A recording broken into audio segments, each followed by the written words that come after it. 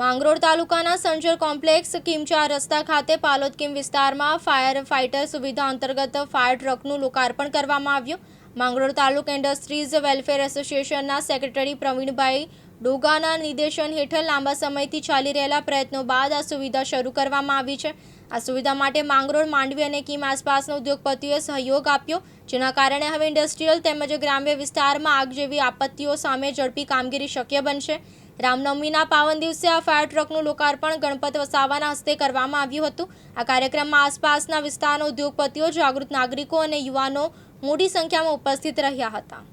મિત્રો, આજે સુરત જિલ્લાના માંગરોળ તાલુકામાં જે ઔદ્યોગિક સંગઠન બનેલું છે માંગરોળ તાલુકાનું, એ ઉદ્યોગ જગતના મિત્રો દ્વારા લોક ભાગીદારીથી આજે 55 લાખ રૂપિયાનું જે ફાયર બ્રિગેડનું વાહન એ નવું નજરાણું આ વિસ્તારમાં સુપરત કરવામાં આવ્યું છે।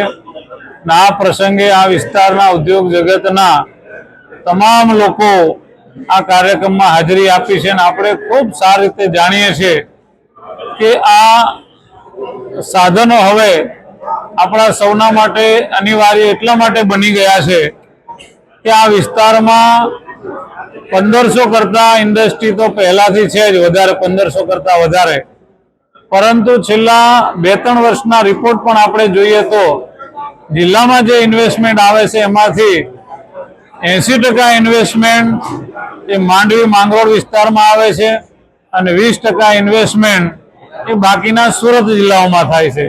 ત્યારે આ વિસ્તારમાં રાજ્ય સરકાર દ્વારા રોડ રસ્તાઓની પણ ખૂબ સારી સુવિધાઓ કરવામાં આવી રહી છે। આ જ વિસ્તારની વાત કરીએ તો ગંદા પાણીના નિકાલ માટે 35 કરોડ રૂપિયાની પાણીના નિકાલની ગટર યોજનાનું કામ ચાલી રહ્યું છે। બોરસરાથી નરોલી વેલાસા સુધી લગભગ 9 કરોડના ખર્ચે રસ્તાનું કામ ચાલી રહ્યું છે અને છેક માંડવીથી કિમ 4 રસ્તા સુધી 4 લેનનું કામ પણ 99.99% પૂરું થઈ ગયું છે મિત્રો। અને 2047નું ગુજરાત કેવું હશે એના અનુલક્ષીને જે આખો પ્રોજેક્ટ તૈયાર કર્યો છે સરકારે, એના જ ભાગ સ્વરૂપે કોસંબાથી માંગરોળ અને માંગરોળથી વાંકલ જંખાવ સુધી 4 લેન રસ્તો બનાવવા માટે 255 કરોડ રૂપિયા જેટલી સૈદ્ધાંતિક મંજૂરી પણ રાજ્ય સરકારમાં આવી રહી છે અને પીવાના પાણીની યોજના પણ 266 કરોડની પ્રગતિ હેઠળ છે।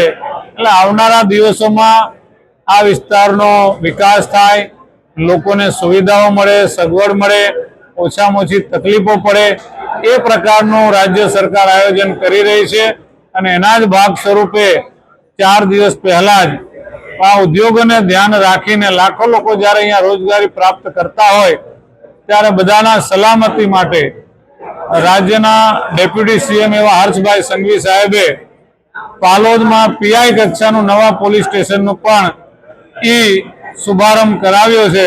એ આવનારા દિવસોમાં એ પોલીસ સ્ટેશનનું પણ નવું બિલ્ડિંગ આપણે બનાવવાનું શરૂ કરીશું।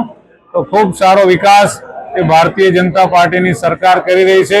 એટલે રાજ્યના મુખ્યમંત્રી શ્રી ભૂપેન્દ્રભાઈ પટેલ સાહેબ અને ડેપ્યુટી સીએમ હર્ષભાઈ સંઘવી સાહેબનો હું આ વિસ્તારની જનતા વતી ખૂબ ખૂબ આભાર માનું છું।